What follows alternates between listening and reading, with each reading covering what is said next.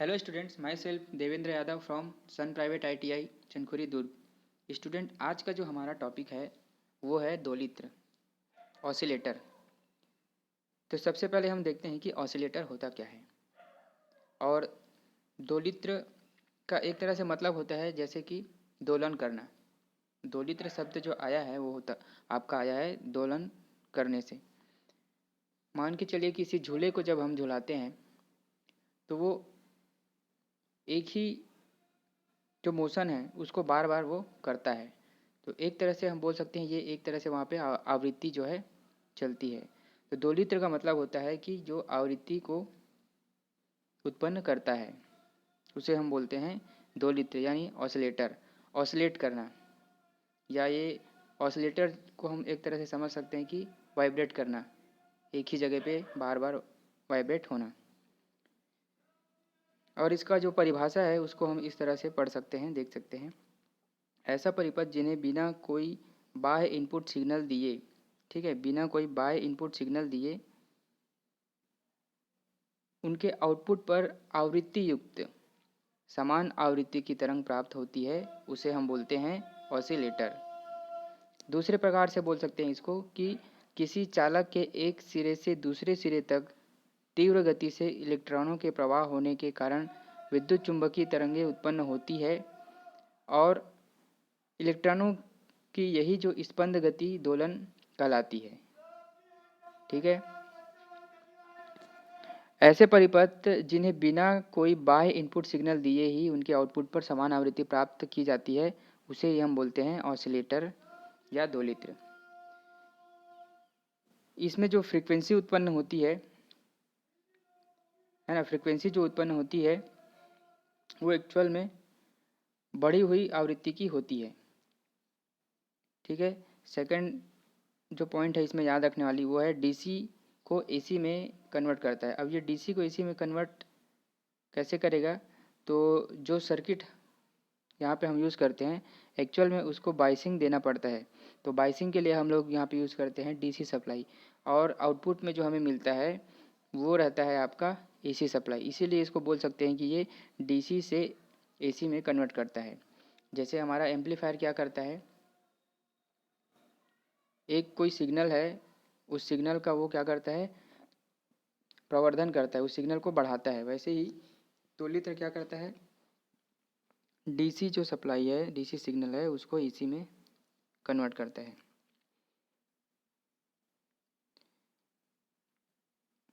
दोलित्र के मुख्य भाग की बात करें तो दोलित्र का जो मुख्य भाग है उसमें 3 प्रकार का सर्किट होता है। 3 मुख्य भाग होते हैं इसके। पहला भाग इसका कहलाता है टैंक परिपथ। और टैंक परिपथ एक एलसी और टैंक परिपथ जो है एक एलसी परिपथ होता है, जिसमें एक इंडक्टर और एक कैपेसिटर कनेक्ट किए जाते हैं। इसके द्वारा ही जो आवृत्ति है वो उत्पन्न होती है। सेकंड होता है एम्पलीफायर। ये इस टैंक परिपथ में जो सिग्नल उत्पन्न होता है उस सिग्नल को एम्पलीफाई करता है। और फिर तीसरा जो है वो होता है आपका फीडबैक। तो एम्पलीफायर का जो आउटपुट सिग्नल जो प्राप्त होता है उसी आउटपुट सिग्नल को फिर से हम इस टैंक परिपथ को दे देते हैं, और इस प्रकार से इसका जो सिग्नल जनरेट करने की जो प्रक्रिया है वो निरंतर चलते रहती है, और इस प्रकार से हमें एक आवृत्ति प्राप्त होती है। टैंक परिपथ इसको बोल सकते हैं कि दोलित्र परिपथ द्वारा उत्पन्न दोलनों की आवृत्ति निर्धारित करने वाला परिपथ टैंक परिपथ कहलाता है। ठीक है। सेकंड है एम्पलीफायर परिपथ। तो टैंक परिपथ द्वारा उत्पन्न आवृत्ति को एम्पलीफाई करना एम्पलीफायर परिपथ का काम होता है। इसके लिए हम मुख्यतः कॉमन एमिटर कॉन्फ़िगरेशन वाला एम्पलीफायर ही यूज़ करते हैं क्योंकि इसमें जो है 360 डिग्री का फेज शिफ्ट हमको मिलता है। फिर तीसरा होता है फीडबैक परिपथ। तो फीडबैक परिपथ किसी एम्पलीफायर एवं दोलित्र परिपथ में आउटपुट शक्ति के एक अंश को उसके इनपुट में देना फीडबैक कहलाता है। जो एम्पलीफायर का आउटपुट हमको मिलता है उस आउटपुट को हम फिर से कहाँ दे देते हैं, टैंक परिपथ में। तो यही आपका क्या कहलाता है, फीडबैक परिपथ। अब इसको फीडबैक देने के लिए हम इसको डायरेक्ट भी फीडबैक दे सकते हैं या कुछ इसमें और एलिमेंट के द्वारा देते हैं। तो अलग अलग प्रकार से फीडबैक इसमें दिया जाता है और मोस्टली यहाँ पे पॉजिटिव फीडबैक का ही हम यूज़ करते हैं, क्योंकि फीडबैक दो तरह का होता है, एक होता है नेगेटिव फीडबैक, दूसरा होता है पॉजिटिव। तो दोलित्र में हम हमेशा पॉजिटिव फीडबैक का ही यूज़ करते हैं। पॉजिटिव फीडबैक का उपयोग करके जो एम्पलीफायर है उसका वोल्टेज गेन का जो सूत्र होता है इस प्रकार का होता है, v a v is equal to a upon 1 minus a beta. यहाँ पे ए वी आपका होता है फीडबैक सहित एम्पलीफायर का वोल्टेज गेन, फीडबैक को मिलाते हुए एम्पलीफायर का वोल्टेज गेन, और ए होता है एम्पलीफायर का आंतरिक वोल्टेज गेन। इसी प्रकार से ए बीटा होता है फीडबैक फैक्टर या लूप गेन। ठीक है।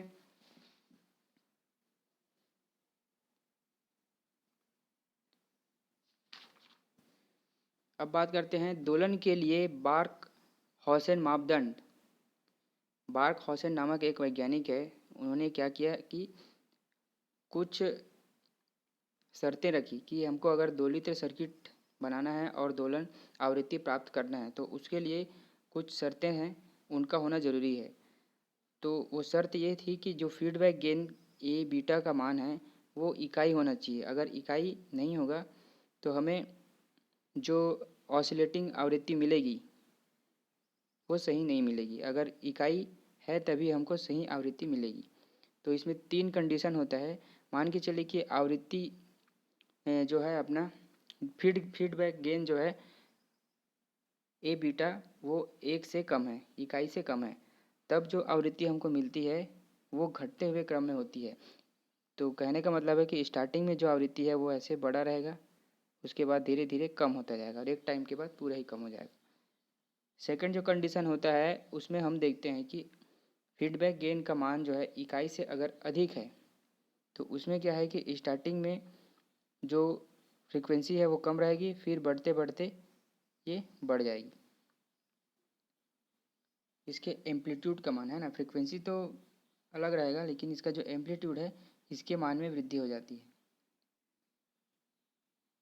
और थर्ड कंडीशन होता है कि जब फीडबैक फीडबैक आपका फैक्टर है या लूप गेन है, इसका मान अगर इकाई हो, 1 हो, तब हमको मिलता है निरंतर दोलन। जो आवृत्ति हमको चाहिए वही आवृत्ति हमको दोलित्र से मिलता है। तो ये एक सही आवृत्ति हमको मिलता है अगर ये इकाई होता है तब फीडबैक का मान। तो ये तीनों कंडीशन आपको याद रखना है। क्वेश्चन में आपको पूछा जाएगा कि बार्क हॉसेन मापदंड है उसमें जो दोलित्र है उसके लिए कौन सी कंडीशन जो है सेटिस्फाई करता है। तो यहाँ पे आपको याद रखना है कि इकाई अगर होता है फीडबैक का मान तभी हमको सही आवृत्ति मिलेगी।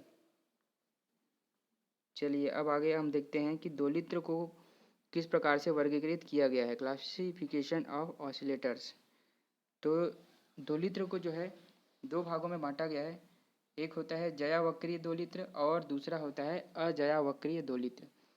जयावक्रीय यानी हम जानते हैं इसको जया तरंग दोलित्र भी बोलते हैं, जो कि साइनोसोडल वेव होता है, इस प्रकार का वेव है। तो ये आपका जयावक्रीय दोलित्र कहलाएगा। और अजयावक्रीय के अंतर्गत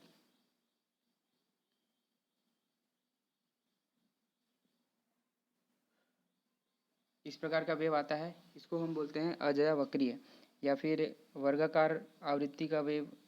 तो इस प्रकार का सबसे पहले हम जयावक्रीय के अंतर्गत देखते हैं। तो जयावक्रीय के अंतर्गत एक होता है आपका हार्टले दोलित्र, जो कि हार्टले नामक वैज्ञानिक ने इसका निर्माण किया था। इसमें एक इंडक्टर और एक कैपेसिटर टैंक सर्किट के रूप में यूज़ किया जाता है और फीडबैक के रूप में हम एक कैपेसिटर का यूज़ करते हैं। सेकंड होता है आपका सेकंड है आपका काल्पिट। हार्टले उसके बाद काल्पिट, क्योंकि जो हार्टले का जो सर्किट बनाया गया था उस सर्किट में कुछ कमियां पाई गई थी, तो उसको सुधारने के लिए काल्पिट नामक वैज्ञानिक ने उसी सर्किट में कुछ सुधार किया था। थर्ड आता है आपका क्रिस्टल।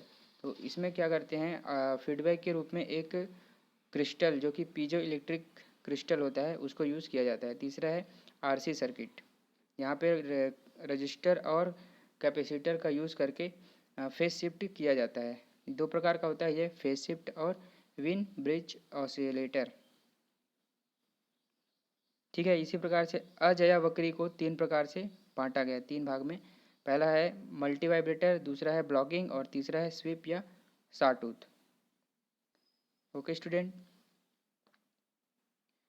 सबसे पहले हम देखते हैं हार्टले दोलित्र को। तो ये जो है दो प्रकार का होता है, श्रेणी पोषित परिपथ और समांतर पोषित परिपथ। और इसका जो रेजोनेंट फ्रीक्वेंसी हमको मिलता है, अनुनादी आवृत्ति, इसका फार्मूला होता है 1/2 पाई √LC। ये इंडक्टर और कैपेसिटर के मान पे निर्भर करेगा इसका जो फ्रीक्वेंसी है वो। चलिए इसका सर्किट डायग्राम देख लेते हैं।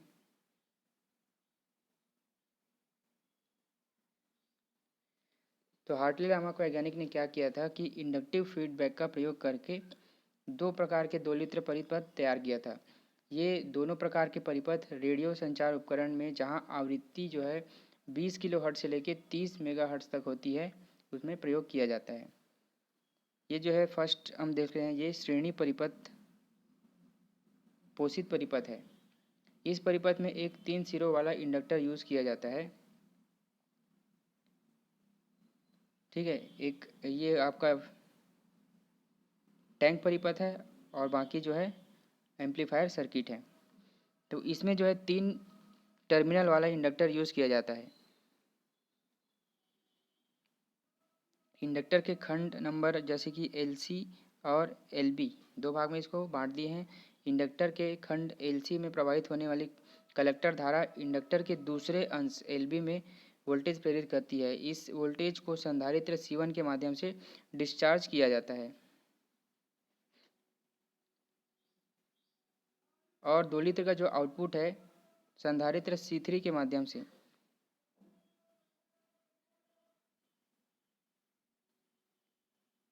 प्राप्त किया जाता है। इसका जो है आउटपुट हमको C3 के माध्यम से आउटपुट हमको मिलेगा और प्रतिरोधक R1 तथा R2 ट्रांजिस्टर के लिए डिवाइडर नेटवर्क बनाते हैं। तो यहाँ पे जो इंडक्टर LC और LB तथा संधारित्र C2, ये तीनों मिलकर एक टैंक परिपथ बनाते हैं। कौन कौन सा? LC, LB और C2, ये तीनों मिलकर एक टैंक परिपथ बनाते हैं। ये था श्रेणी का। इसी प्रकार से आपका समानांतर पोषित परिपथ होता है। इसमें क्या करते हैं,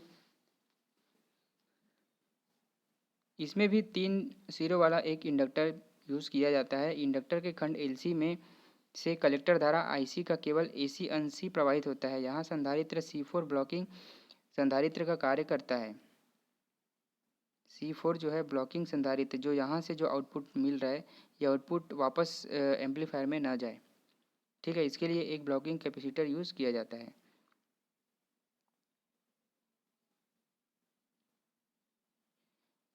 इस प्रकार के जो ऑसिलेटर है उसके लाभ की बात करें तो इस दोलित्र द्वारा उत्पन्न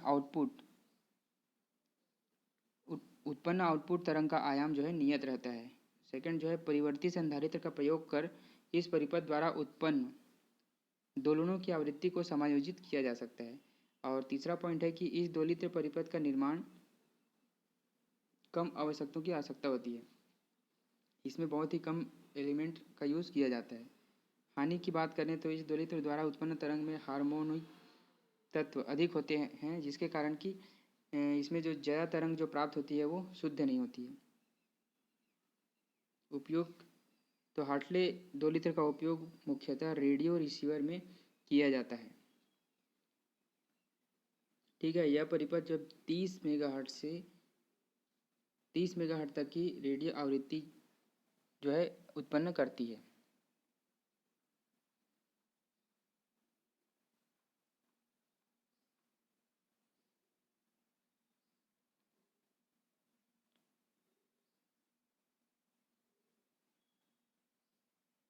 ओके स्टूडेंट, तो ये था आपका हार्टले दोलित्र।